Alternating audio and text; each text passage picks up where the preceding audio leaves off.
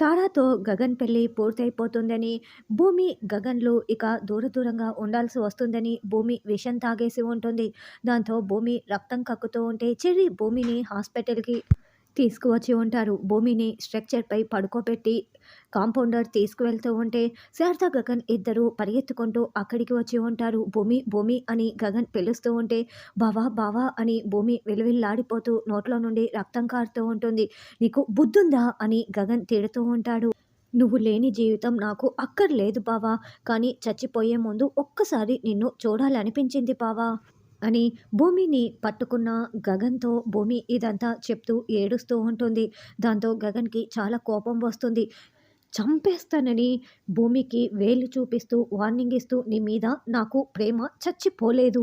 నువ్వంటే నాకు ప్రాణం భూమి అని గగన్ భూమి చెంపల్ని 2 చేతులతో పట్టుకొని చెప్తూ ఉంటాడు. శారద ఇదంతా ఏడుస్తూ చూస్తూ ఉంటుంది.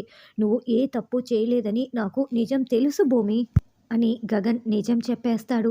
అప్పుడు భూమి గగన్ కాలర్ పట్టుకొని నేనంటే నీకు ప్రాణమైనప్పుడు ఆ మాట ఇన్ని రోజులు నోరు తెరిచి నాతో ఎందుకు చెప్పలేకపోయావు అని భూమి గగన్ కాలర్ పట్టుకొని నిలదీస్తూ ఉంటుంది.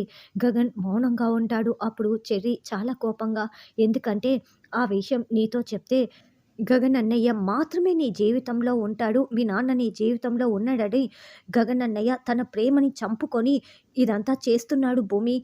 నిన్ను దూరం చేసుకున్నాడు అని చెర్రీ చెప్పడంతో ఇక భూమి ఒక్కసారిగా గగన్ వైపు మరింత ప్రేమగా చూస్తూ ఒక్కసారిగా హగ్ చేసుకుంటుంది.